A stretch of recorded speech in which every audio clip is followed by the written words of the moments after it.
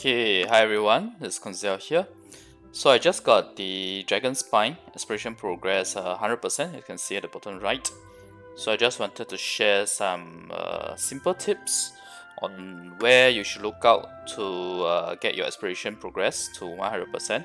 Not gonna do a prescriptive one on which where each item is, because I thought part of the fun of Genshin is actually the exploration. I actually enjoy it a lot, and I've actually gotten 100% across everywhere now. So let's start first. So as you follow the main story quest, you have covered most of this area. So one thing to take note is that you should definitely cover the external regions, because in the external regions there's actually a lot of chests and a lot of the crimson crystal, the Agate crystal. That particular crystal itself is the one that you use to feed to the frost-bearing tree, right? So for frost-bearing tree itself, it's very important to get frost-bearing tree to level 8. Let me just... Okay, so the very first thing I can give you is get your frost-bearing tree to level 8. Why? Because it's going to reset on Friday. And we got the update on Wednesday. So in other words, you only have a very small window to get your frost-bearing tree up to level 8. So that you can do these 5 Crimson Wishes. I know the name is the same, but actually all the actual event itself is actually very different. So you actually get to do 5 wishes twice a week. It refreshes every Monday and Friday, as you can see on the bottom left. I'm sorry, I'm using the controller, so that's why I can't use a mouse to hover. But essentially, right, you want to get your Frost-bearing tree to level 8 so that you can then unlock Crimson Wish, as you can see here. So after unlocking Crimson Wish, I completed the 5 wishes and I traveled further across the map and I found another 6 more wishes. Sorry, 6 more Crimson Agate crystals. Sorry, I don't really know how to pronounce that word. And that's it. You have that's why you see here I have another 11. I'm gonna level them since I'm here. So it's very important to get your Frostbearing tree to level 8 so that you don't miss out on the 5 wishes before Friday. So that's bottom line the most important thing, okay? And next level I'll be able to get Frostbearer Catalyst, which will probably be on next Friday. Yeah. Alright. At least now we got the name card. Okay. So now let's talk about the where are most of the Crimson Agate crystals. They are actually very easy to find if you're already familiar with the Animalculus and the Geoculus, right? You have a very good idea on where to find this. Typically around this age, especially this bottom edge here, there's actually a lot of the chests as well as these Crimson Agate crystals, especially along the coastline here. There's even one place here where top and bottom there's one each. Yeah. Okay. So make sure you go one round around here. Just keep your eyes peeled. It's mostly in the air and mostly on top. There are a couple of them that are, for example, stuck inside the ice that you need to get the scarlet quartz in order to break. But those are generally speaking more in the central region. This coast region is very worthwhile to explore. I definitely implore everyone to go through this region. And if you see here, I already have pins added here, and these are pins where you can get artifacts from the crates. So I'll be adding these into my daily artifact farm as well. Okay. Let's see what else. Now the most important thing about how I'll do is, other than going one round down here at the coastline itself, even this area as well, there's a lot of chests. There's also one under the bridge here. Within this region itself, it's the same thing. There's a whole lot of mobs, chests, etc. As well as Crimson Agate. And there's also an NPC here.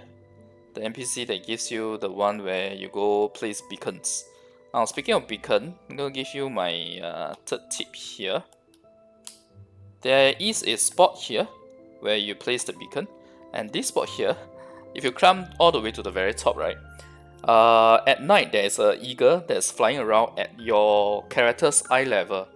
So it's extremely easy to get the Markmanship achievement standing here. Okay, so that's 3 Primo gems right there.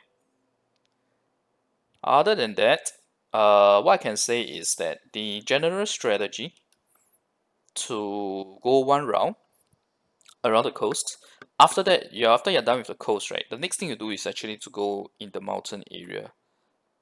Exactly where my cursor is moving here. In the mountain area, right, and it's especially in the mid region, between the tallest point to the lowest point, in the mid region, there's actually a lot of hidden, there's actually a lot of chests, time trial challenges, as well as Crimson Agate that is just hiding on one small little ridge that's sticking out of the side of the mountain. So if you follow what I'm saying here, if you go one round here, you will find a lot of good stuff. Yeah, that is really how I got my 100%. First off, after finishing the main quest, I did one round along the coastline.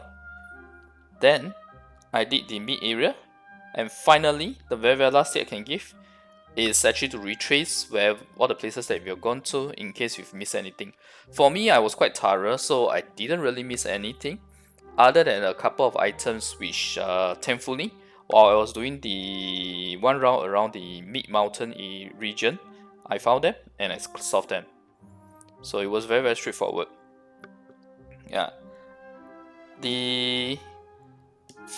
There's also a lot of other quests such as the Dragonspine Spear, etc., where you need to activate 8 tablets. So it's really while doing all this exploration, when you find the tablets exploration, when you find the tablets, right, just go ahead and activate them. Once you get all 8 of them activated, you can come back to the statue, and you see this spot here, the circular spot here.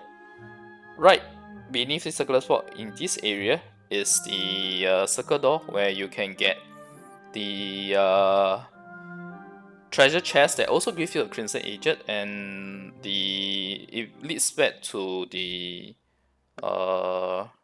sorry, it's not the Dragonspine quest, it's the journal quest by that Stevens, if I'm not wrong. Sorry, I really cleared them all at a blazing speed, so I can't remember that exactly. But now what I said is still correct. 8 tablets. The link to the 8 tablets is here. Okay, once you clear the 8 tablets, it's right here. Domain is actually quite straightforward to clear, so I think I don't really need to talk about that. This is really more of after you have already unlocked the domain, how best to get the 100%. Alright, and I'm not doing a prescriptive one. I'm doing a general guide in the sense of what's the route to take and typically where they are all hidden, more or less, so that you can enjoy searching through them and yeah, enjoy the game basically. Because I myself really enjoyed doing all this exploration without any reference to any maps or anything. Unlike the first time when I started playing the game, I actually referenced map for Animalculus and Geoculus because I was just trying to catch up at that point in time.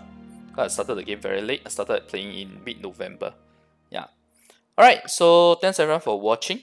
Let me know if any specific items you want to clarify, any specific puzzles or anything like that, and I'll see if I can do a video on that or just simply answer in the comments will do.